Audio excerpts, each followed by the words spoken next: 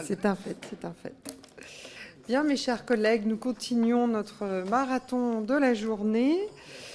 Nous concluons l'examen des 3 propositions de loi renvoyées à notre commission, dont le groupe Rassemblement national a demandé l'inscription à l'ordre du jour des séances qui lui sont réservées pour jeudi prochain, le 12 octobre. Nous en venons donc à la proposition de loi visant la création d'un complément de revenu garanti par l'État pour les étudiants qui travaillent durant leurs études. Je donne la parole au rapporteur Kevin Mauvieux. Merci Madame la Présidente, merci chers collègues de m'accueillir dans cette commission des affaires sociales pour pouvoir vous présenter cette proposition de loi. Nous avons décidé au Rassemblement national de mettre en lumière aujourd'hui et pour notre niche parlementaire les étudiants grâce à la proposition de loi de ma collègue Laure Lavalette, issue du programme de Marine Le Pen pour les élections présidentielles de 2022 sur le complément de revenu pour les travailleurs étudiants. Très souvent oubliés des politiques publiques et laissés à leur propre sort, les étudiants vivent de plein fouet la crise inflationniste que nous connaissons depuis plusieurs longs mois et qui suit la crise Covid qui a elle-même fortement impacté cette jeunesse. La situation du pays est aujourd'hui catastrophique sur le plan du pouvoir d'achat mais aussi de la dette. Nos marges de manœuvre sont extrêmement serrées, voire quasi nulles, à cause des 6 années d'une Macronie à la folie dépensière, à la démagogie financière et à la politique de l'œillère. L'œillère pour masquer ces crises que le gouvernement ne saurait voir et les solutions, parfois simples et non coûteuses, qu'il ne saurait appliquer.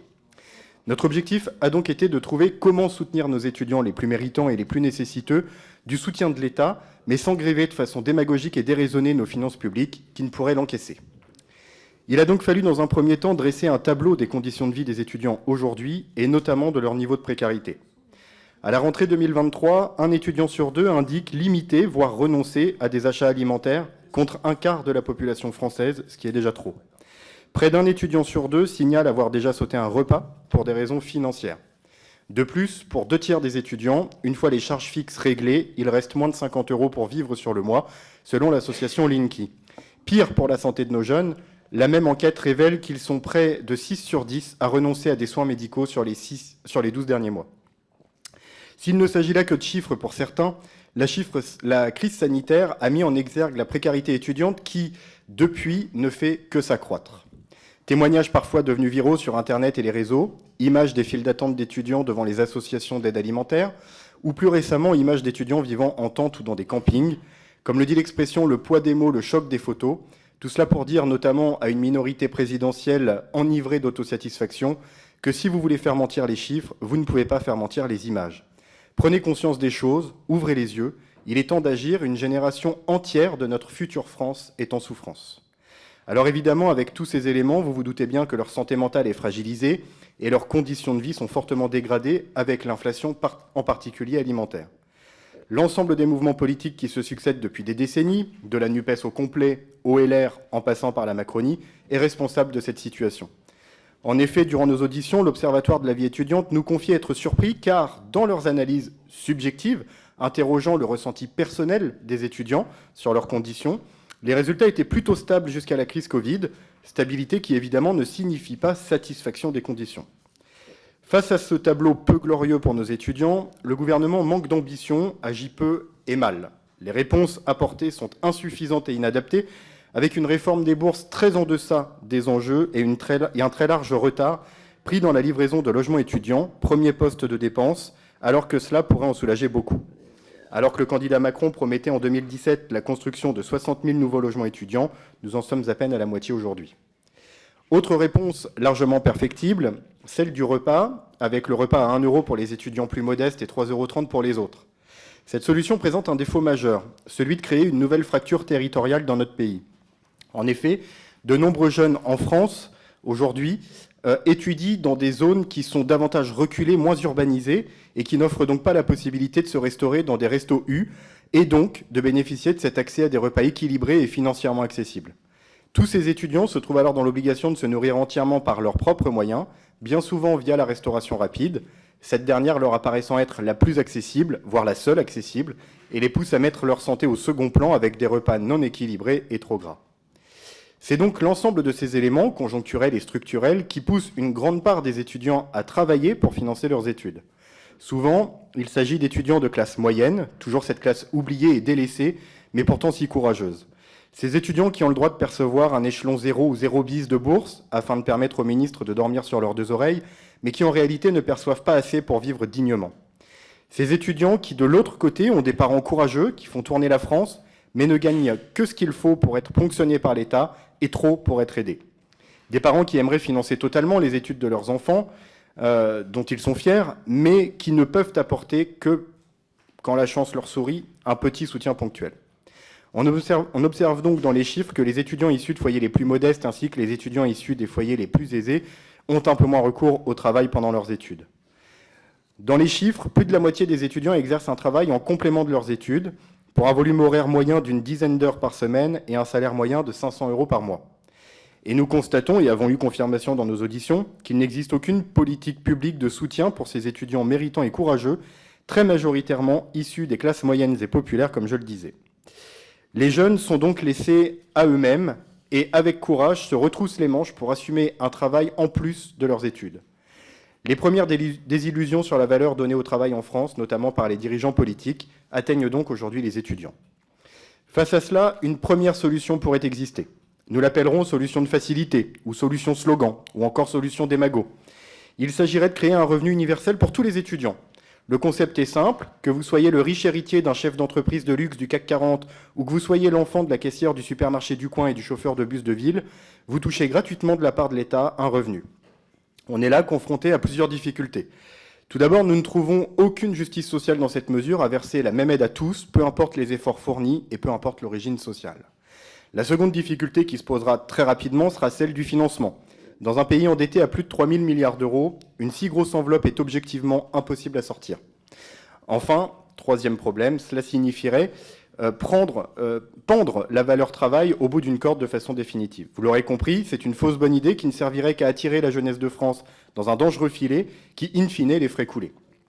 Une deuxième solution peut également exister. Cette solution, nous l'appellerons la solution Macron ou solution œillère ou encore solution fumée. Elle consisterait à ne rien faire, à sortir des chiffres pas trop mauvais et à les montrer au grand public en se satisfaisant à en pleurer. Mais cette solution pose une énorme difficulté, elle ne fait rien avancer, et encore moins les conditions de vie des étudiants qui, en dehors de voir des ministres heureux, ne mangeront pas davantage à leur faim. Enfin, une troisième solution existe, nous l'appellerons la solution du bon sens ou solution de reconnaissance ou encore solution pragmatique. Il s'agit du complément de revenu étudiant. L'idée est simple. Il s'agit de remettre la valeur travail au centre en récompensant le courage des étudiants qui travaillent. Elle doit permettre à l'ensemble des étudiants français âgés de 18 à 25 ans révolus, titulaires d'un contrat de travail, de percevoir une prime égale à 20% de leur salaire, cette prime étant fixée à 30% s'ils sont boursiers, avec, pour éviter les effets d'aubaine, des plafonnements prévus, 300 € par mois pour les boursiers, 200 € par mois pour les autres étudiants. Cela permettra donc aux étudiants concernés d'obtenir en moyenne 100 à 150 € de complément de revenu. Il s'agit d'une solution bien moins coûteuse que la solution démagogique citée en premier, bien plus équilibrée et répondant davantage au principe de justice sociale.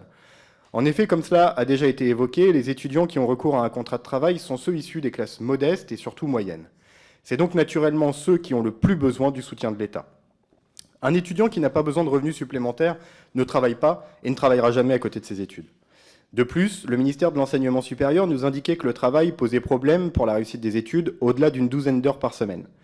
La proposition de création d'un complément de revenu vient donc corriger cet effet, car les étudiants réalisant 10-12 heures par semaine et davantage le font parce qu'ils ont besoin d'un complément de revenu encore supérieur. Si l'État verse ce complément de revenu recherché par les étudiants avec les heures supplémentaires et complémentaires, alors l'étudiant pourra davantage se consacrer à ses études et ne plus faire ses heures complémentaires. Enfin, la méritocratie et la valeur travail sont remises au cœur de la politique grâce à cette mesure. Concernant son financement, cette mesure est largement financée par son gage sur la taxation des surprofits, notamment dans le secteur des énergies. À elle seule, cette taxe permettrait de financer peut-être une dizaine de fois notre dispositif. Le seul prérequis est d'accepter d'aller chercher les profits indus réalisés sur le dos des Français pour les redistribuer là où ils sont nécessaires. Justice sociale, valeur travail, soutien aux étudiants qui sont notre avenir. Voilà comment résumer cette proposition de loi qui vient corriger au moins en partie la perte de valeur travail en France, l'affaiblissement de la méritocratie et les effets dévastateurs des crises à répétition, notamment inflationnistes, sur nos étudiants. Je vous remercie. Bien, nous allons maintenant entendre les orateurs de groupe. Merci. Et nous commençons avec le groupe Renaissance, avec Monsieur Sinsensoul. Merci Madame la Présidente, chers collègues. Le groupe Renaissance, bien sûr, s'opposera à cette proposition de loi du Rassemblement national. Car sous couvert de générosité envers les étudiants, ce texte est une synthèse parfaite de l'incompétence, de la démagogie et des obsessions de l'extrême droite. D'abord, le titre de la proposition de loi est trompeur. On parle de complément de revenus garantis par l'État. Or, en réalité, vous créez une énième allocation qui ne dit pas son nom. Deuxième raison, vous avez bâclé l'écriture de ce texte et en le bâclant, vous n'avez pas remarqué que certains étudiants salariés sont déjà éligibles à la prime d'activité sous certaines conditions. Troisième raison, le mécanisme proposé est en réalité antisocial. C'est une trappe à très bas salaire qui désincitera les employeurs à rémunérer correctement les étudiants parce que, bien sûr, la prime est connue à l'avance et donc l'employeur anticipera ça et maintiendra le salaire pour l'étudiant le plus faible possible. Quatrième raison, ce texte est ouvertement discriminatoire puisqu'il prévoit une clause de préférence nationale et montrons bien l'affiliation entre le Rassemblement national et le Front national. Vous ne changez pas, décidément, collègues d'extrême droite. Cinquième raison, les modalités du dispositif sont inconnues. Or, il faut clarifier beaucoup de choses importantes. Quel type de contrat de travail? Quel volume horaire mensuel? Les emplois saisonniers, les jobs d'été sont-ils inclus? Comment sont pris en compte les périodes de vacances? Quel impact sur le budget de l'État? Rien ne figure dans l'exposé des motifs à ce sujet. Enfin, vous pointez du fait la prétendue inaction du gouvernement depuis 6 ans. Tout ce que vous dites, ce ne sont que des effets de manche. Nous n'avons pas à rougir de notre bilan. Nous avons revalorisé les bourses, nous avons augmenté le budget des bourses sur critères sociaux et c'est bien nous, c'est bien Emmanuel Macron qui a mis en place le repas à 1 € pour les étudiants boursiers et dans la difficulté et nous le maintenons. Merci. Madame Lavalette pour le groupe Rassemblement national. Madame la Présidente, Monsieur le rapporteur, chers collègues, la proposition de loi que nous étudions aujourd'hui, mesure portée par Marine Le Pen durant la dernière présidentielle, répond à une urgence que nous connaissons tous et qui, à mon avis, n'a pas de couleur politique. Inutile de vous rappeler les chiffres de la précarité étudiante, mon collègue l'a fait, ils sont évidemment particulièrement alarmants. Ils sont d'autant plus alarmants qu'ils touchent une population qui est vulnérable par nature. Vulnérable car les étudiants sont de jeunes adultes qui débutent dans la vie. Les étudiants, tous, cherchent alors, et nous l'avons évidemment fait aussi, l'émancipation. Cette période de la vie, exaltante par la recherche de l'indépendance et la quête du savoir, doit être la plus sereine possible puisqu'elle est le premier jalon de leur vie professionnelle d'adulte. Mais cette vie professionnelle commence parfois dans le même temps que la vie étudiante. Et les étudiants qui travaillent pour subvenir à leurs besoins largement compromis par l'inflation grandissante, méritent d'être soutenus. Car oui, j'insiste là-dessus, ils méritent un soutien particulier puisqu'ils ne devraient pas avoir à se trouver dans cette situation. Personne ici ne souhaite que les étudiants travaillent durant leurs études. En proposant une aide de 200 € à 300 € pour les étudiants boursiers qui occupent un emploi, nous n'incitons pas au travail, mais nous offrons une largesse financière. Et si nous en sommes là, ce n'est pas par choix, mais bien à cause de l'inaction politique gouvernementale en la matière. Et ce n'est pas moi qui le dis, mais bien la Cour des comptes, dans son rapport de février 2022 sur le soutien de l'État à la vie étudiante. Depuis la crise sanitaire, les familles peinent de plus en plus à subvenir aux besoins de leurs enfants étudiants. L'inflation incontrôlée, la non-construction des 60 000 logements étudiants promis par Emmanuel Macron, encore une promesse non tenue, l'augmentation des loyers ne font qu'aggraver la fragilité financière, donc la fragilité psychologique de nos étudiants. Je terminerai simplement en vous disant, chers collègues, que quelles que soient les raisons qui vous pousseraient à ne pas voter ce texte, aucune de celles-ci ne pourra justifier que vous priviez des jeunes méritants d'un coup de pouce, leur permettant de se nourrir, de se loger et d'avancer des frais de santé. Une fois encore, vous perdrez à jamais le droit de vous indigner sur la précarité étudiante. Je vous remercie. Monsieur Boyard pour la France insoumise.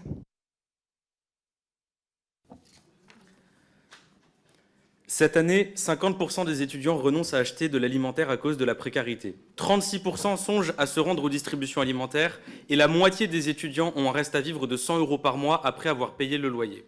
Et voilà qu'après 50 ans d'existence, pour la première fois de son histoire, le Rassemblement national fait semblant de s'intéresser à la précarité étudiante. Et quelle est sa seule proposition? N'aider que ceux qui ont un job étudiant. Proposer de leur donner l'équivalent d'1,80 € en plus par heure travaillée dans le job étudiant, ce n'est même pas le prix du ticket de bus pour aller travailler. Alors que plus de 2 millions d'étudiants se privent au quotidien, c'est la seule proposition du Rassemblement national contre la précarité étudiante. Elle ne concernera qu'à peine un étudiant sur 3, alors que, je le rappelle, les 3/4 des étudiants se privent quotidiennement. Pour eux, vous ne mettez pas fin aux distributions alimentaires.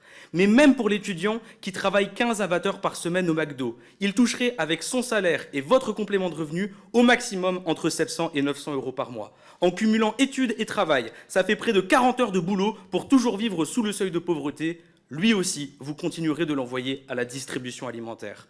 Et vous excluez de votre loi 400 000 étudiants étrangers parce que votre racisme gras se fiche que ces étudiants continuent de pointer aux distributions alimentaires.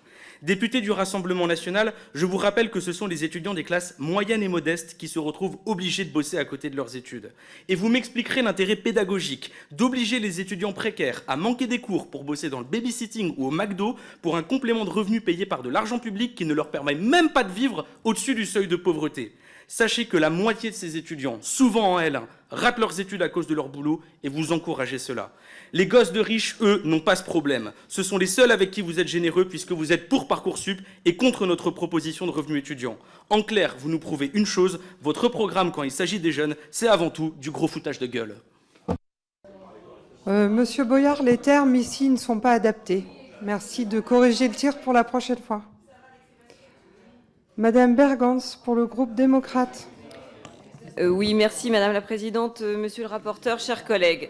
Je dois l'avouer, il y a quand même quelques points sur lesquels nous pourrions être en accord. Oui, le travail doit être valorisé et peut-être une plus-value. Oui, une plus-value dans le cadre des études et de l'insertion professionnelle future. Mais il peut aussi évidemment avoir des répercussions délétères sur la réussite des études si le temps consacré à ce travail alimentaire, sans lien avec l'objet des études, prend trop de place dans la vie de l'étudiant. Néanmoins, je n'adhère pas du tout au dispositif proposé et j'ajoute que votre rapport de commission contredit parfois les objets de votre exposé des motifs. Je pense notamment à l'étude de COP 1, précisant que 85% des étudiants sondés ont déjà sauté un repas, en oubliant de mentionner que les étudiants sondés sont les bénéficiaires, donc évidemment un public précaire, composé pour 75% d'étudiants étrangers. Compte tenu du fait que vous excluez sciemment les étudiants étrangers de votre dispositif, on peut s'étonner que vous utilisiez dans votre argumentaire ce chiffre. Plus sérieusement, nous sommes parfaitement conscients du sort qui touche certains étudiants dans notre pays. La Cour des comptes estime à 130 000 étudiants le nombre d'étudiants en forte précarité. La majorité a apporté des réponses adaptées et équilibrées.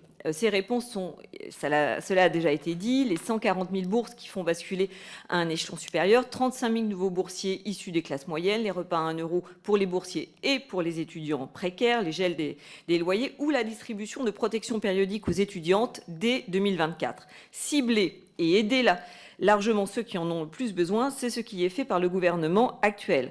Mais il est évident qu'il y a encore des difficultés à traiter et je pense notamment à la problématique de logement.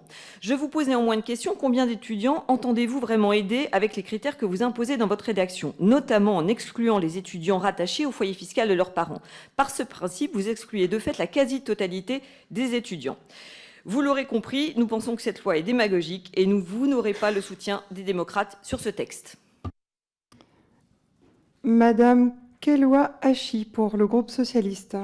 Merci Madame la Présidente. Monsieur le rapporteur, chers collègues, selon une étude, 46% des étudiants, et vous l'avez déjà dit, déclarent avoir sauté un repas pour des raisons financières. La précarité est grandissante chez les étudiants et pour cause. Les 8 échelons de la bourse ont des montants insuffisants. Le rattachement au foyer fiscal des parents ne permet pas aux étudiants de bénéficier de la bourse, quand bien même ces derniers ne les aideraient pas. L'échelon le plus élevé de la bourse actuelle n'est accordé qu'à 8,5% des étudiants boursiers. Et enfin, ce système n'est pas indexé sur l'inflation. Si ce système d'aide sociale est devenu désuet, cette proposition de loi n'apporte quasiment rien. Elle se cache derrière un titre, avec des effets d'annonce qui défend une mesure limitée, avec des montants infimes, ne permettant absolument pas d'apporter ni solution d'ampleur, ni solution d'urgence à l'ensemble de nos étudiants. Fidèle à ces idées discriminantes, le Rassemblement national nous propose un texte centré sur une partie de la population étudiante, les Français et les étudiants en emploi. Ainsi, en désaccord profond avec la philosophie de ce texte, le groupe socialiste entend donc le supprimer par le biais de ces amendements. conscient du caractère évidemment raciste et discriminant de cette proposition de loi proposée par le Rassemblement national, qui ne fait que séparer les étudiants, d'un côté les Français en emploi et de l'autre côté les autres. Merci. Monsieur Valtou, pour le groupe Horizon. Oui, Madame la Présidente, Monsieur le rapporteur, mes chers collègues, dans cette proposition de loi que le Rassemblement national propose aujourd'hui, créant une nouvelle aide de l'État à destination des étudiants titulaires d'un contrat de travail, ne sont évalués ni le nombre potentiel d'étudiants concernés, ni l'impact financier pour que sa soutenabilité puisse être estimée. C'est une mesure pérenne, financée par une taxe exceptionnelle dont on ne connaît pas le montant. Il n'existe pas dans cette proposition de financement pérenne adéquat. Là où nous avons instauré des repas à 1 €, là où nous avons réformé notre système de bourse, là où nous avons gelé les tarifs d'inscription et de logement pour les étudiants, nous observons ici une proposition superficielle qui ne sert absolument pas la cause des étudiants. Nous pouvons noter un chevauchement avec la prime d'activité existante qui engendre une plus grande complexité et une lisibilité réduite des aides pour les étudiants. Le public visé par cette nouvelle aide questionne. En effet, celle-ci n'est pas calculée en fonction des ressources, ce que signifie qu'elle pourrait être versée à un étudiant aidé par ses parents, et dans les faits, elle est cumulable avec la prime d'activité. D'autre part, elle exclut les étudiants ayant une activité entrepreneuriale non titulaire d'un contrat de travail et les étudiants étrangers qui travaillent de la même façon que les étudiants français, créant donc une rupture d'égalité tout à fait nette. L'automatisation de cette aide poserait également la question de son efficacité et des potentiels abus et contrôles nécessaires qu'il faudrait alors engager. J'associe mon collègue François Gernigon à une réflexion plus large et plus adéquate sur la prime d'activité qui concerne aujourd'hui seulement les étudiants gagnant plus de 1 070 € par mois. Un amendement sera déposé en ce sens au projet de loi de finances, encourageant une ouverture plus grande à des étudiants qui travaillent pour encourager leur activité. La majorité présidentielle est convaincue qu'il faut maintenir l'effort entamé envers nos jeunes depuis 2017 pour qu'ils puissent étudier dans de bonnes conditions et accéder aux mêmes formations, quels que soient leurs moyens, avec des mesures efficaces et non démagogiques. Pour ces raisons, le groupe Horizon ne soutiendra pas cette proposition de loi. Merci Madame Rousseau pour le groupe écologiste. Merci Madame la Présidente. Chers collègues, les chiffres de la précarité chez les jeunes sont alarmants. Une part importante d'entre eux vit sous le seuil de pauvreté, ça a été dit. Une fois leur facture payée, 3 étudiants sur 4 n'ont plus que 100 € pour vivre pour tout un mois.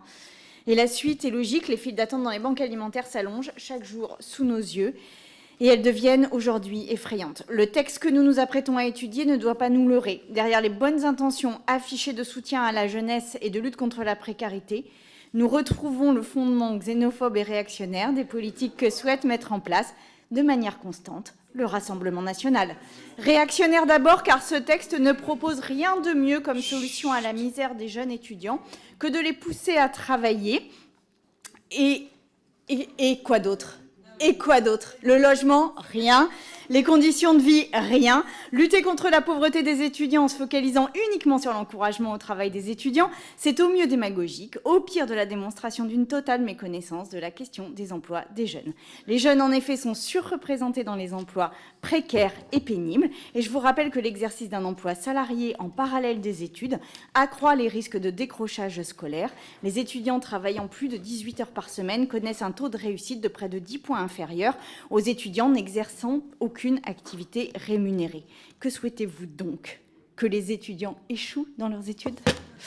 Le texte que nous étudions est xénophobe ensuite. Nous avons bien compris que votre volonté de conditionner cette aide à la nationalité française a pour but d'exclure les étudiants étrangers, mais peut-être pas tous. D'ailleurs, c'est une des questions. Les jeunes Ukrainiens, les jeunes Européens dont vous jugiez naturel l'accueil sur le territoire, les accueillir serait-il donc naturel, mais les aider à poursuivre leurs études sans tomber dans la précarité ne le serait plus? Quel statut de ces étudiants-là? Je serais curieuse de vous entendre là-dessus.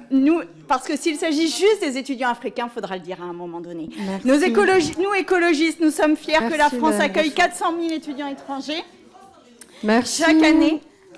Merci. Monsieur Monet, pour le groupe GDR. Merci Madame la Présidente. Chers collègues, le dispositif qui nous est présenté aujourd'hui ne répond pas à la précarité étudiante. En effet, il donne plus à ceux qui gagnent plus puisque l'aide est proportionnelle aux revenus tirés de leur travail. Ainsi, un étudiant qui souhaiterait travailler moins pour mieux se consacrer à ses études verrait son aide diminuer. Aider les étudiants qui travaillent à côté, ce n'est pas les inciter à travailler davantage, mais leur donner les moyens de leur autonomie et émancipation en leur permettant de se consacrer à leurs études et s'ils doivent travailler, que ce travail n'empiète pas sur la réussite de leurs études. Sans surprise, cette aide est réservée aux étudiants français. L'universalité du savoir est un concept bien éloigné de leur projet politique discriminatoire et xénophobe. La priorité, c'est de permettre aux étudiants de se libérer du travail contraint. 46% des étudiantes et étudiants travaillent à côté, mais ce qui est le plus inquiétant derrière ce chiffre, c'est la proportion d'étudiants qui, de manière contrainte, travaillent et met en danger la réussite des études. 19% travaillent plus d'un mi-temps. Cela vient directement en concurrence avec le temps d'études. L'INSEE, dans son rapport sur l'impact du travail salarié sur la réussite et la poursuite des études, écrit, je cite, « S'ils ne travaillaient pas, les étudiants salariés auraient une probabilité plus élevée de 43 points de réussir leur année. » Voilà la priorité pour nous. C'est pour cela que le groupe GDR porte depuis des années le projet d'un revenu étudiant véritablement émancipateur. Revenu car nous considérons l'étudiant non seulement comme un futur travailleur, mais aussi quelqu'un qui produit, qui travaille d'ores et déjà, de par sa qualité même d'étudiant. Voilà une réponse ambitieuse, structurelle à la précarité que subit notre jeunesse, contrairement à ce complément de revenu qui, bien loin d'aider les étudiants qui travaillent, ne fera qu'augmenter le travail contraint au détriment de leur réussite future. Merci, monsieur le rapporteur. Merci, Madame la Présidente. Avant de répondre à l'ensemble des interventions, je voulais juste vous indiquer que je trouve assez triste qu'on soit pour ou contre cette proposition de loi, de n'avoir qu'un tiers des députés dans cette commission pour parler des étudiants et de leur précarité. Peut-être. Je vais essayer de répondre le plus rapidement et le plus exhaustivement possible. Alors d'abord, l'intervention de Monsieur Sistenstuhl. Alors, vous nous indiquiez qu'il s'agissait d'une nouvelle allocation. Vous nous indiquiez qu'il s'agissait d'une nouvelle allocation de plus, alors que la prime d'activité existait déjà. Comme je l'ai dit dans mon propos liminaire, les étudiants en moyenne gagnent 500 €. Pour avoir la prime d'activité, c'est 1070 €. Autant dire que les 3/4, si ce n'est plus, des étudiants n'ont pas accès à la prime d'activité et n'ont donc absolument aucune aide pour les récompenser de leur travail, les soutenir et les aider.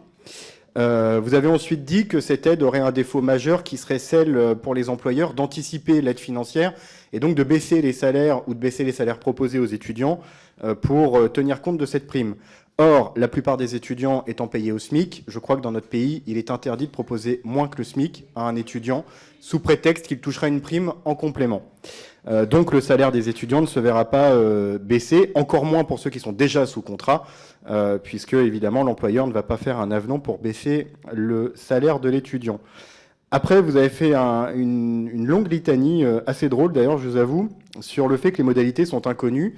Effectivement, dans notre proposition de loi, on renvoie par décret les modalités d'application, les différentes modalités de cette proposition. C'est assez drôle venant du représentant du groupe parlementaire qui passe au moins une séance par mois à nous demander de déléguer au gouvernement la possibilité de tout gérer sans passer par le Parlement. Donc là, concrètement, on vous donne la possibilité pour une fois de le faire. C'est nous qui vous le proposons. Ne venez pas cracher dans la soupe. Je pense que j'ai fait plus ou moins le tour à ce niveau-là. Pour Monsieur Boyard, alors moi je vais répondre avec courtoisie et élégance puisque je suis dans la maison du Parlement et que je pense qu'on a une tenue à avoir ici. Vous avez indiqué que seulement un étudiant sur 3 serait concerné. Dans les statistiques, plus de la moitié des étudiants ont recours à un job étudiant, ce qui veut dire que ce n'est pas un tiers qui sera concerné, mais tous, puisque vous n'avez pas la parole, Monsieur Boyard. Alors on parle on parle des travails légaux, Monsieur Boyard.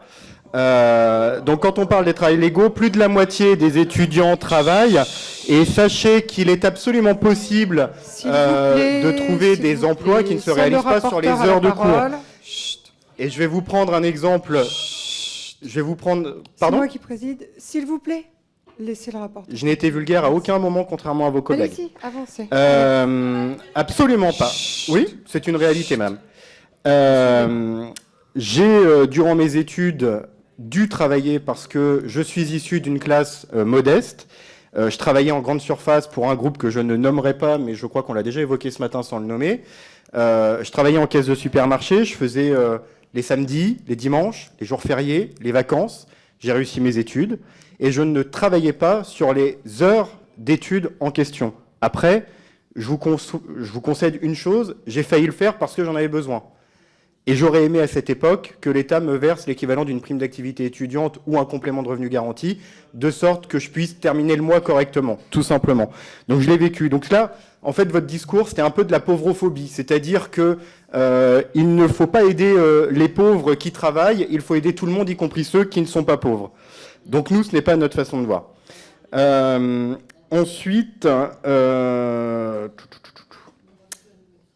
Ensuite, je reviens donc sur la réponse de Mme Bergant, dont je remercie d'ailleurs les propos qui, bien qu'en désaccord avec nous, restent, eux, développés, courtois et avec des arguments.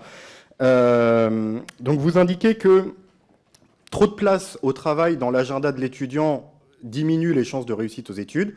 C'est un fait, on ne le remet pas en cause, au contraire, on l'a vu dans les auditions qu'on a menées.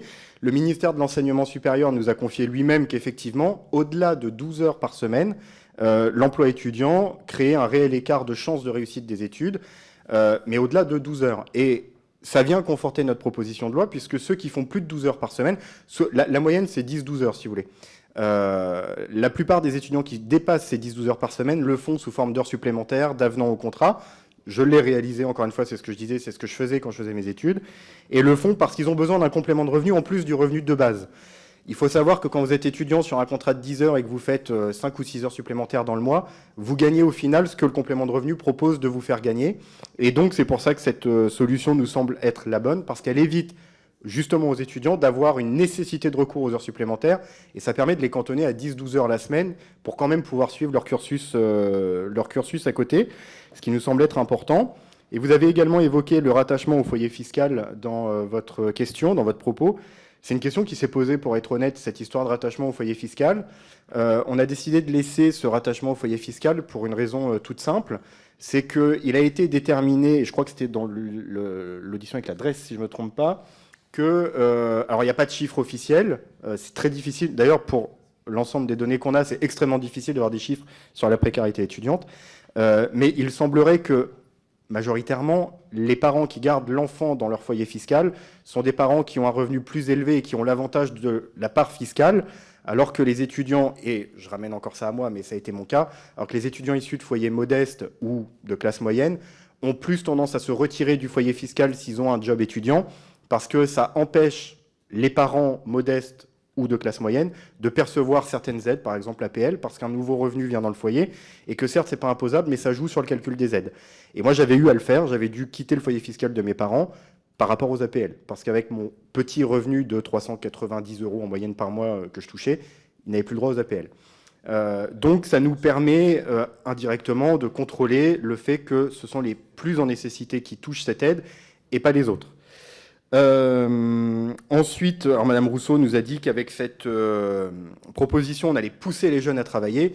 Alors, je vous rassure, comme je l'ai dit dans mon propos, les jeunes qui n'ont pas besoin de travailler ne vont pas gâcher leurs études juste parce que l'État leur propose un complément de revenu. Seuls ceux qui ont besoin iront travailler, et je vous assure que la plupart sont déjà en train de travailler, donc on ne va pas pousser les jeunes à travailler pour avoir cette prime. Au contraire, on va les pousser à travailler un peu moins, moyennant quoi ils auront cette prime qui compensera les heures en moins, et donc à s'investir un peu plus dans leurs études. Et enfin, il y a un élément sur lequel vous êtes beaucoup revenu, alors surtout au niveau des groupes de la majorité, M. Valtou l'a évoqué, M. Sissensoul aussi, je crois, c'est le fait que les repas à 1 € ont été mis en place par le gouvernement Macron. Mais comme je vous l'ai dit, si c'est une avancée pour les étudiants qui ont accès à des restaurants universitaires et des restaurants Crous, ça n'apporte absolument rien à un certain nombre d'étudiants qui sont dans des zones moins urbanisées et qui n'ont pas de resto U et qui ont pour seule restauration le McDo du coin, le kebab du coin, et qui doivent payer leur restaurant avec leur petit salaire d'étudiant et qui n'ont aucune aide. Alors, réfléchir à étendre la prime d'activité aux étudiants, ça peut être une piste, hein, sur le principe ça revient un peu à notre complément de revenu, mais sans créer un nouveau dispositif. Donc pourquoi pas, mais il faut aussi réfléchir, si on veut rééquilibrer l'égalité entre les conditions des étudiants, à faire en sorte que l'étudiant qui est dans une zone non urbanisée ait aussi accès à un repas au même tarif et équivalent en termes de qualité à celui qui est dans une zone urbanisée. Parce qu'effectivement, quand vous faites vos études à Rouen, par exemple, parce que je suis normand, quand vous faites vos études à Rouen, vous avez le resto U, donc pour 1 €, vous avez votre repas plutôt équilibré. Quand vous faites vos études à Pont-Audemer, parce que c'est de là que je viens, il n'y a pas de resto U, et vous allez manger au kebab. Dans le meilleur des cas, vous en avez pour 5 €. Et dans le pire des cas, vous en avez pour 5 kilos par année d'études. Donc c'est un élément sur lequel il faudra réfléchir. Je vous remercie. Merci. J'ai deux demandes de prise de parole. Monsieur Catto. Merci Madame la Présidente, Monsieur le rapporteur. Nous sommes évidemment d'accord avec cette proposition de loi, évidemment parce qu'elle vient de chez nous et parce que je pense qu'elle est intéressante pour beaucoup de nos étudiants. Ce complément de revenu, comme c'était précisé par notre rapporteur, permettra de baisser d'une façon considérable le taux d'activité et d'emploi, en tout cas le temps de travail de ces étudiants qui malheureusement doivent travailler durant leurs études. Et de cette manière, quelqu'un qui travaille 10-15 heures par semaine, grâce à ce complément de revenu, pourra peut-être passer de 5 à 7 heures. Et ce temps consacré du coup aux révisions, ce temps consacré à pouvoir aller en cours, sera déterminant pour la poursuite de ses études. Tout à l'heure, nos collègues de la majorité nous disaient également que ce complément de revenu serait une trappe, et je pense que le rapporteur l'a précisé, mais serait une trappe à bas salaire. J'ai envie de vous dire que 95% probablement des étudiants sont au SMIC, et que personne ne pourra descendre en dessous du SMIC parce que c'est une règle légale. Également, on nous parle de la prime d'activité qui pourrait être octroyée à ces étudiants. Alors effectivement, ça a été rappelé par un collègue, mais effectivement, la prime d'activité ne s'octroie qu'à partir de 1 070 €. Et je pense qu'il y a très peu d'étudiants qui gagnent 1 070 €, surtout quand on est à temps partiel. Donc on voit ici finalement l'intérêt de ce que vous pouvez nous dire sur ce sujet. Vous savez, moi j'ai été également job étudiant. Je cumulais 2 à 3 emplois par semaine. Et vous savez, quand on vide des camions sous 40 degrés, quand on travaille de nuit, on ne le fait pas par plaisir, on le fait parce qu'on a besoin. Et je pense qu'il faut envoyer un signal fort, un signal intéressant également à ces étudiants qui travaillent. Il faut reconnaître la valeur travail et les aider dans ce qu'ils font, parce que c'est quand même quelque chose qui est extrêmement bien. Travailler à côté des études pour pouvoir les financer, c'est quelque chose qu'il faut valoriser. Merci. Monsieur Alauzet. Oui, merci Madame la Présidente. Alors nous sommes sur un dispositif qui se fonde sur la base du travail.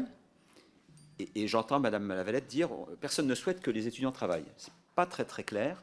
C'est même un peu contre-intuitif d'entendre cela. Moi, je souhaite que tous les étudiants puissent travailler un peu, modérément. C'est riche l'expérience du travail. Beaucoup d'entre nous ici l'ont fait. J'espère que vous l'avez fait. Parce que c'est une expérience extrêmement riche qui permet de se confronter au monde du travail, des choses que peut-être on ne fera pas dans sa vie parce qu'on aura un autre métier. Donc moi non, je vous parle de... bien sûr que non. Non, du travail, des emplois salariés où on remplace des gens qui partent en vacances, par exemple. Mais bien sûr. Mais c'est incroyable. Chut, c'est pas une conversation. Monsieur Alauzet, continuez votre propos. L'été, ça peut même être un boulot de 35 heures par semaine, voyez-vous. Moi, je l'ai fait pendant 2 mois, tous les étés de mes études. Bien. Donc... c'est travailler. Allez-y, monsieur Alauzet, c'est travailler. Donc, moi, je pense que c'est bien que les étudiants puissent travailler. Ça les confronte à la vie des travailleurs, à différents métiers. Voilà. Donc, je m'étonnais que Madame Lavette dise personne ne souhaite que les étudiants travaillent. Donc, je pense que c'est plutôt une chance. Ça leur permet effectivement d'assurer leurs études pendant des années où c'est parfois difficile pour eux, sans mettre en péril leurs études. Et encore une fois, quand on travaille le week-end, quand on travaille pendant l'été, eh bien, on peut se faire un petit pécule et ça peut aider à assurer le reste de l'année. Et encore une fois, je crois que beaucoup ici l'ont fait. La deuxième chose qui m'a troublé, monsieur le rapporteur, c'est quand vous avez dit, voilà, ils sont obligés d'aller manger au McDo ou pas faire de la publicité, dans cette restauration rapide. Alors, j'ai compris vos nuances en disant c'est dans les endroits où il n'y a pas de resto U. Mais enfin, la majorité des étudiants en France ont accès à un resto U. Certes, pas partout, ça n'a pas été votre cas, mais ils ont accès à un resto U. Et resto U, c'est 1 € le repas, 2 € si on prend 2 repas. On peut manger quand on est un étudiant boursier, ce qui représente à peu près la moitié, pas tout à fait, la moitié des étudiants en France. C'est énorme, le nombre d'étudiants boursiers qui peuvent avoir un repas 1 €, voire 2 € par jour, se prennent 2 repas, ce qui fait 60 € par mois. Voilà. Merci, chers collègues. Nous en venons à l'examen des... Ah oui, pardon, monsieur le rapporteur, allez-y. Merci beaucoup. Je vais faire très, très rapidement, juste pour répondre à monsieur Alauzet. Sur le principe du fait qu'on ne veut pas que les étudiants travaillent, le message qu'on veut envoyer par là, c'est on a bien conscience que les études doivent primer sur le travail. Et le sens de cette proposition de loi, c'est de redonner de la valeur au travail en même temps. Mais notre objectif, c'est pas que les étudiants travaillent à la place de leurs études. Moi, je vais vous dire, à titre personnel, je vous l'ai dit, j'ai travaillé samedi, dimanche, jour férié, pendant mes études, je faisais toutes les vacances, etc. Honnêtement, je regrette pas du tout. J'ai même considéré que c'était une chance. Ça m'a permis d'avoir un premier pied dans le monde du travail, d'arriver avec une première expérience, même si c'était pas forcément celle vers laquelle qui me permettait d'aller vers l'emploi vers lequel je voulais. Mais j'avais une première expérience qui me permettait de prouver au futur employeur que j'ai une assiduité, que je suis intégré au monde du travail. Je l'ai très bien vécu. Ça a été pour moi une très bonne intégration dans le monde du travail. Donc, je dis pas que je veux que les étudiants travaillent à la place de leurs études. Mais je peux tout à fait concevoir que travailler 8 heures le samedi, ça permet d'avoir un petit pécule, c'est nécessaire, et en plus ça permet d'avoir un pied dans le monde du travail et ça donne une première expérience. Et pour votre remarque sur les restos U, je vous l'ai dit, le repas à 1 euro, c'est très bien, c'est parfait. La grande majorité des étudiants y a droit, mais c'est pas parce que 80% des étudiants y ont accès qu'on doit oublier les 20% à côté qui doivent manger sans faire de pub dans des fast-foods et qui n'ont pas les moyens de terminer la fin du mois. Bien, merci. Nous allons donc examiner les amendements et nous démarrons avec l'article 1er et une série d'amendements identiques. Amendement de Madame Keloua-Hachi. Merci Madame la Présidente. Cet amendement vise à supprimer cet article 1er de la proposition de loi qui ne répond absolument pas à la précarité grandissante de la jeunesse. Cet article 1er ne cible que les étudiants titulaires d'un contrat de travail. Elle exclut donc les étudiants en incapacité de travailler, les étudiants qui n'ont pas trouvé de travail, les 1,5 million des jeunes qui ne sont ni en études, ni en emploi, ni en formation, les étudiants de nationalité étrangère installés pourtant en France pour leurs études. Donc, nous demandons la suppression de cet article. Merci. Merci. Monsieur Boyard. Vous avez un amendement. Monsieur Quatennens. Oui, amendement identique. Merci, Madame la Présidente. On l'a dit, un étudiant sur 2 a déjà sauté un repas, 1 sur 3 envisage de recourir à l'aide alimentaire. Le taux de pauvreté des 18-29 ans a progressé de 50% entre 2002 et 2018, sans compter la crise inflationniste que nous connaissons. Et les étudiants déclarent avoir de grandes difficultés financières pour l'alimentation, le logement et la santé. 40% des étudiants déclarent exercer une activité rémunérée hors stage pendant l'année universitaire. Lorsque l'activité est très prenante, 86% des étudiants déclarent que leur activité rémunérée est indispensable pour vivre et 32% qu'elle a un impact négatif sur leurs résultats d'études. 21% de ceux qui travaillent pour financer leurs études exercent ce travail de nuit. La réponse du Rassemblement national à la précarité étudiante, c'est un petit complément de revenus pour les étudiants qui travaillent. Le fait que près d'un étudiant sur 2 soit obligé de travailler pour subvenir à ses besoins crée une véritable injustice. Tous les étudiants ne disposent pas du même temps à consacrer à leurs études. Une mission sénatoriale datée de 2021 confirme que ces étudiants présentent des taux de réussite annuels plus faibles que les autres étudiants, ce qui entraîne un allongement de la durée de leurs études quand le cumul emploi-études ne les conduit pas du tout simplement au décrochage par manque de motivation à poursuivre. Les étudiants doivent étudier, pas travailler. Aider les étudiants, c'est leur permettre de se consacrer intégralement à leurs études, pas les encourager à devoir travailler pour les financer. Vous excluez de plus les étudiants étrangers qui sont pourtant particulièrement affectés par la précarité. Bref, comme il a voté contre notre proposition d'augmentation du SMIC, le Rassemblement national a voté contre la proposition de la France insoumise d'une allocation d'autonomie de 1 102 € pour que tous les jeunes entre 18 et 25 ans, détachés du foyer fiscal du ou des parents et inscrits dans une formation, et ce dès 16 ans pour les lycéens professionnels, puissent étudier dignement. En résumé, l'intérêt du Rassemblement national pour les plus précaires, c'est comme vos cravates et vos bonnes manières, c'est de l'apparence. Merci, Madame Rousseau.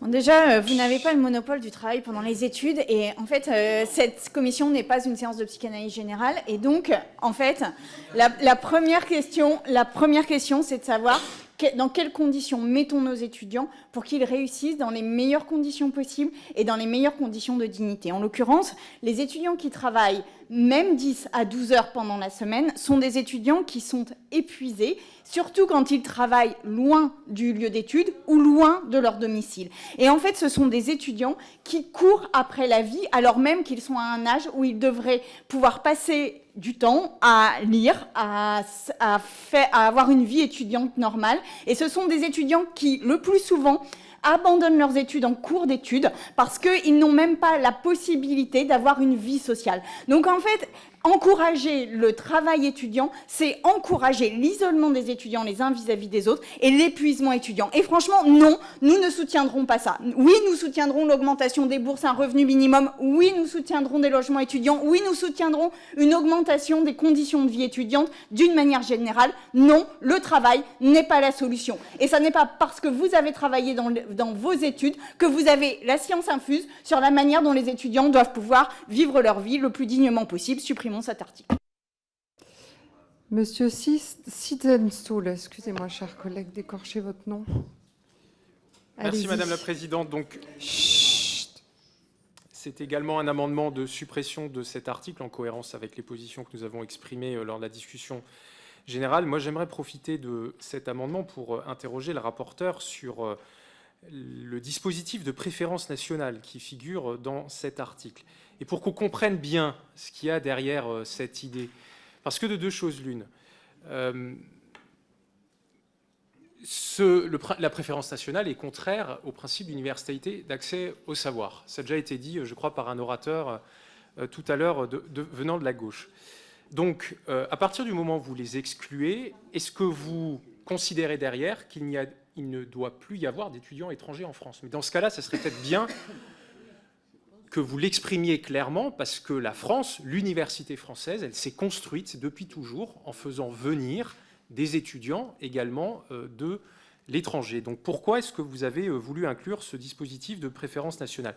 Par ailleurs, la préférence nationale, vous le savez, elle est contraire à tous nos engagements européens et elle est contraire au principe de non-discrimination qui est un des principes juridiques fondamentaux qui régit le fonctionnement de l'Union européenne. Donc là aussi, expliquez-nous pourquoi est-ce que vous faites ce choix vous faites sciemment, d'introduire ce dispositif alors que vous savez qu'il est contraire à nos engagements européens. Donc dites-nous en réalité ce qu'est votre vision du fonctionnement de l'Europe. Et voilà, moi je pense que vous ne parlez pas assez de cette disposition de préférence nationale. Vous l'avez introduite, c'est le petit virus introduit dans cette PPL, et vous devez expliciter. Merci, monsieur le rapporteur. Merci Madame la Présidente. Monsieur Sitzenstuhl, la préférence nationale, on s'en est absolument jamais caché au Rassemblement national. Et j'assume qu'elle soit dans ce texte. Et j'assume aussi de ne pas appliquer la politique que l'Union européenne nous demande absolument d'appliquer. L'Union européenne est nécessaire pour maintenir la paix, pour la coopération, pour plein de choses, mais l'Union européenne ne doit pas gouverner la France à la place du gouvernement français. Et avec les centaines de milliards d'euros de dettes que vous nous avez offerts en quelques années, il est difficile de pouvoir offrir des aides un peu n'importe quand, n'importe comment. C'est pour ça qu'on doit faire des choix. Et la problématique des finances françaises aujourd'hui fait que nous devons aider les Français, mais nous ne pouvons objectivement pas faire plus avec l'argent des Français. Donc nous assumons parfaitement ce critère de préférence nationale. Nous avons toujours dit que pour nous, les aides sociales françaises devaient être réservées aux Français ou aux étrangers ayant travaillé 5 ans sur le territoire français pour ouvrir ce droit. Ensuite, quant à Madame Rousseau qui s'énerve manifestement parce que j'ai travaillé pendant mes études, désolé, vous n'avez pas le monopole des classes moyennes et modestes. J'en viens, j'ai le droit. Je ne l'ai pas demandé, ceci dit, mais j'ai le droit. Et pour autant, je reste extrêmement zen face à vos attaques contre toutes les personnes qui viennent de familles modestes et moyennes que parfois vous sous-estimez très largement. On l'a dit, travailler pendant ses études, effectivement, ça fait peser un risque sur les études. Personne, je pense, ici, ne peut le nier. À la différence de vous, c'est que vous voulez faire peser sur les étudiants d'aujourd'hui une dette abyssale dans 10 ans quand ils auront fini leurs études, parce que vous voulez gratuitement leur offrir 1 100 € par mois à tous, et ça, il faudra le financer. C'est ça, votre allocation d'autonomie au niveau de la NUPES. Vous voulez donner la même chose à tous les étudiants. Et cette allocation qui va coûter un montant phénoménal à l'État, dans un contexte de dette, encore une fois, je l'ai dit, abyssale, va retomber automatiquement, quelques années après, dans les impôts des Français. Obligatoirement. Mais ça, c'est un truc de gauche. Prendre dans la poche gauche pour mettre dans la poche droite. Et le problème, c'est que les étudiants d'aujourd'hui, vous leur faites croire que vous allez les aider, et en réalité, vous allez les pénaliser. Donc évidemment, c'est avis défavorable sur ces amendements de suppression, dans la mesure où, lorsque les étudiants travaillent, c'est parce qu'ils n'ont pas le choix. qu'on n'a pas les moyens de leur donner des revenus gratuitement aujourd'hui en France, et qu'il est important, dans un pays où de plus en plus la valeur travail est dévoyée, de plus en plus le travail ne rémunère pas et de plus en plus certains incitent à la paresse, il est important de remettre la valeur travail au centre et de dire aux jeunes, non pas il faut travailler pendant vos études, mais si vous êtes obligé de travailler, l'État sera là pour vous aider. Merci. Monsieur Boyard. Vous parlez d'une université de votre vie et elle ne ressemble aucunement à l'université que vivent les jeunes de ma génération. À votre époque, il y avait 2,3 millions d'étudiants qui étaient inscrits. Oui, je peux me permettre de dire à votre époque parce que vous en avez plus d'un tiers en plus. Ce qu'on est en train d'observer aujourd'hui, c'est une ultra-massification de l'enseignement supérieur. C'est pourquoi je peux dire qu'aujourd'hui, l'université que vous connaissez ne ressemble pas à celle que moi j'ai connue. Parce qu'elle s'inscrit dans différents contextes. Premièrement, un contexte de pénurie d'emploi et d'inflation. Et ce n'est pas un petit détail quand on parle de job étudiant. Vous parliez des jobs étudiants que vous aviez fait le week-end. Mais monsieur, combien de parents travaillent là-dedans? Les étudiants se retrouvent directement mis en concurrence avec des personnes qui ont des difficultés à trouver un emploi. Comme vous voulez par exemple tenir une boutique l'après-midi, qu'est-ce qu'on vous répond? Revenez quand vous aurez une expérience professionnelle.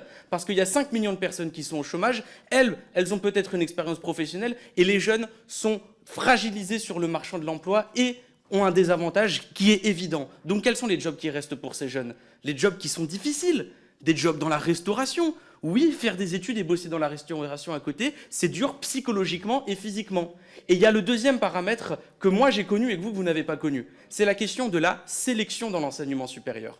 Parce qu'à cause des macronistes aujourd'hui, dès la fin du lycée, jusqu'à la fac où vous avez Parcoursup Master ensuite, vous êtes constamment mis en compétition avec les autres. Et le gosse de riche, qui lui n'a pas à travailler à côté de ses études, bah lui derrière il a un avantage. Certes il n'a pas de complément de revenu, mais lui il n'a pas eu à bosser à côté de ses études. Et c'est ça la plus grande des injustices. Vous parlez de votre vie, elle n'a rien à voir avec celle que vivent les jeunes de ma génération. Et d'ailleurs si vous êtes ici, c'est parce que vous avez réussi. Combien n'ont pas réussi et aimeraient juste dire que, bah en fait eux ils auraient voulu être comme les autres, juste pouvoir vivre correctement, en étudiant correctement comme tous les autres, et peut-être qu'ils auraient préféré le revenu étudiant, l'allocation d'autonomie que nous proposons, qui est plus connectée à la réalité des jeunes aujourd'hui, qui est plus connectée à notre époque, bref, celle qui fera l'unanimité.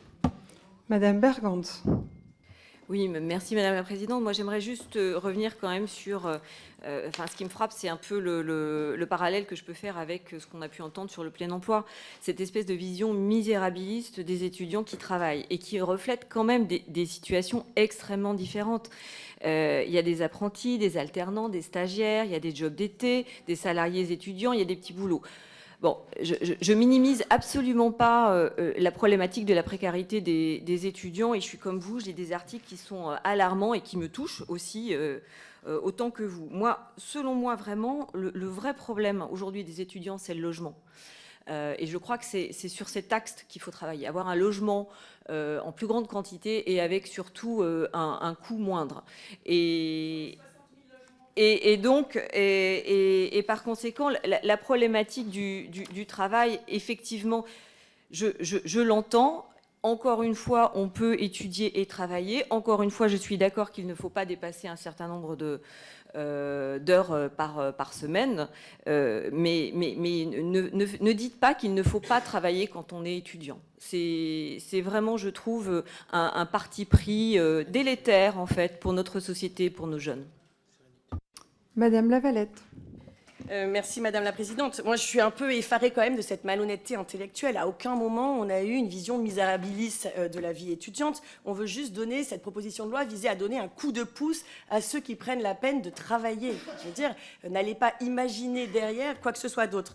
Quant à vous, Monsieur Sizensoul, je sais pas, j'ai l'impression que vous avez, bon là, vous m'écoutez pas parce que vous avez vos oreillettes, mais sûrement des ambitions européennes et que vous préféreriez sûrement être député européen que député français. Vous avez l'air de vous feigner de découvrir que nous sommes pour la priorité nationale. Et je vais vous... Bon, il m'écoute toujours pas, c'est assez drôle d'ailleurs. Je vous rappelle même qu'on est aussi pour la priorité à l'emploi et au logement. Parce que figurez-vous que quand on a 10 millions de pauvres dans un pays et qu'on est député de la nation française, eh ben on s'occupe en priorité de son propre peuple. Enfin, je veux dire, c'est du bon sens qui, là aussi, devrait être transpartisan. Je vous remercie. Bonne écoute Netflix ou je sais pas trop quoi, mais... Monsieur Ferracci. On ne saura pas. Oui, merci Madame la Présidente. Très rapidement, moi je suis très heureux de cette proposition de loi au fond.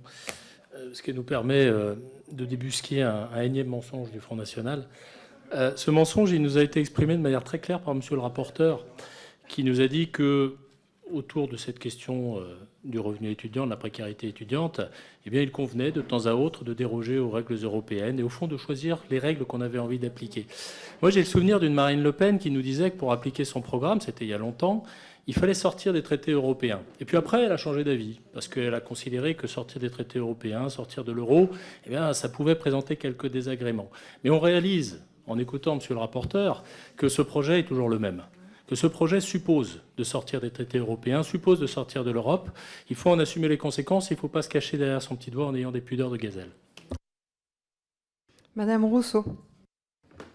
Oui, quand on compare les jobs étudiants avec le fait d'être en apprentissage ou en stage, ça n'est pas la même chose.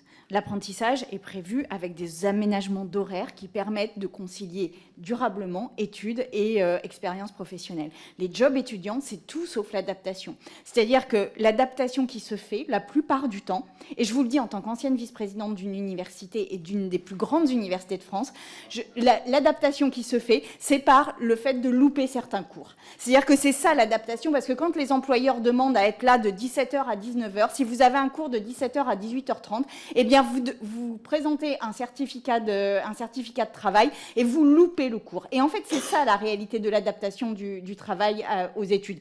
Donc non, nous ne pouvons pas imaginer que ce soit un modèle durable. Et là, en l'occurrence, la question n'est pas d'interdire aux étudiants de travailler, la question est de dire, est-ce qu'on encourage ce modèle-là de conciliation difficile d'études et d'emploi, ou est-ce que l'aide nationale ne doit pas se poser d'une manière différente sur les étudiants et leur garantir finalement un vrai droit à la réussite, ce que ne garantit pas cette proposition de loi. Bien, je vais mettre aux voix ces amendements qui ont reçu un avis. Oui, vous pouvez rapidement. J'essaye de faire rapidement. Merci, Madame la Présidente. Non, juste pour revenir sur les propos de Madame Bergantz, qui indiquait que le problème aujourd'hui, c'était davantage le logement que le travail étudiant. Alors, je suis d'accord que le logement, c'est le problème numéro 1 pour les étudiants. Malheureusement, c'est la majorité en place un peu élargie dont vous faites partie qui n'a pas atteint le quota des 60 000 logements construits. Et dans les faits, objectivement, c'est plus facile, parce que effectivement, la priorité, c'est le logement, je vous rejoins. Mais le temps de mettre en place un plan et de construire les logements, il y a plusieurs années qui vont passer, les logements ne vont pas sortir de terre en 6 mois. En revanche, aider tout de suite les étudiants avec un complément de revenu, ça peut être fait rapidement. Et encore une fois, on cible après les publics qu'on a évoqués, mais ça peut être fait très rapidement. Je ne répondrai pas à Louis Boyard qui me dit que je suis un senior. Et pour revenir sur la question de... Je fais un petit peu d'humour. Et concernant la question de l'Union européenne, même si on sort un petit peu du sujet, les traités sont faits pour être négociés, on n'est pas obligé de tout plaquer. Les traités sont faits pour être négociés, et concernant la sortie de l'euro, c'est faire peur aux Français, nous ne le voulons pas. Merci. Je vais donc mettre aux voix ces amendements de suppression qui ont reçu un avis défavorable de monsieur le rapporteur. Qui est pour? Qui est contre? Ils sont adoptés. Les amendements suivants tombent. L'article 1er est donc supprimé. Amendement identique sur l'article 2. Madame Keloua-Hachi. Oui, merci Madame la Présidente. Donc, nous demandons la suppression de cet article 2 qui, bien sûr, dans cet article, on compense l'insuffisance des salaires versés aux étudiants travailleurs, qui est avant tout de la responsabilité des entreprises, pas par la création de taxes sur les super profits. Cet article est à rejeter, car à l'image de la prime d'activité, il prévoit un appôt, mal ficelé d'ailleurs, pour financer une hausse de salaire, ce sans coût pour les entreprises. Voilà, donc suppression de l'article 2. Merci. Monsieur Sistensoul. Oui, Madame la Présidente, par cohérence, nous proposons un amendement de suppression. Merci Madame Rousseau. Dans la mesure où l'article 1 est supprimé, on peut supprimer l'article 2. Et par ailleurs, c'est quand même cocasse parce que le rapporteur nous a expliqué tout à l'heure qu'ils n'étaient pas pour l'impôt, puis finalement ils sont pour l'impôt. Donc voilà, ça me fait rire. Monsieur le rapporteur. Alors effectivement, je ne suis pas pour l'impôt supplémentaire sur les ménages qui payent déjà assez. En revanche, c'est assez curieux de vous voir tous à gauche réclamer des taxations de surprofit et puis aujourd'hui pleurer parce qu'il ne faut pas taxer les surprofits. C'est très drôle. Venant de M. Sestoul, à la limite, ça ne m'étonne pas. Depuis le début, on sait qu'ils ne veulent pas y toucher. Mais venant de vous, c'est quand même extrêmement risible.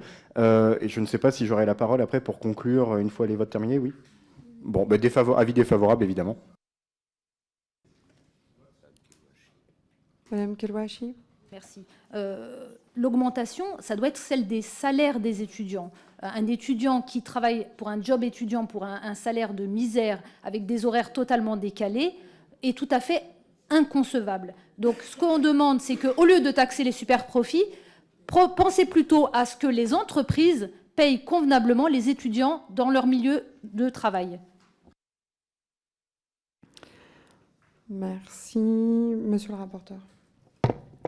Bah écoutez, juste pour conclure, puisque on a l'air parti pour aussi supprimer cet article, je me mets à la place des dizaines de milliers d'étudiants qui nous regardent aujourd'hui, qui se disent, pour avoir reçu des messages, qui se disent on va enfin avoir un petit coup de pouce et reconnaître que on se bouge, qu'on n'est pas affalé à attendre que le train passe et qu'on essaye de faire en sorte de s'en sortir, et qui aujourd'hui découvrent que la Macronie reste droite dans ses bottes et ne veut absolument pas se soucier davantage des étudiants, que la gauche regarde les étudiants tranquillement souffrir en espérant un jour mettre en place un revenu universel pour tous qui tomberait du ciel.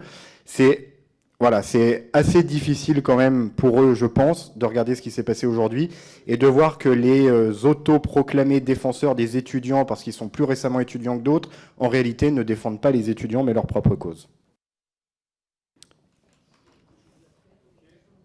Monsieur Boyard. Non, c'est terminé, pardon. Ce sera pour l'hémicycle. Voilà, réservez-vous pour l'hémicycle. Je vais donc mettre aux voix ces amendements de suppression qui ont reçu un avis défavorable de monsieur le rapporteur. Qui est pour? Qui est contre? Ils sont adoptés. L'article 2 est donc supprimé. L'intégralité de la proposition de loi ayant été rejetée, le texte est considéré comme rejeté par la commission. Mes chers collègues, notre prochaine réunion aura lieu mardi prochain. L'après-midi, nous nous retrouvons pour le vote solennel sur le projet de loi pour le plein emploi. Et le soir, à 21h30, nous entendrons les ministres successivement sur 2 missions budgétaires du projet de loi de finances pour 2024, santé, puis solidarité, insertion et égalité des chances. Merci.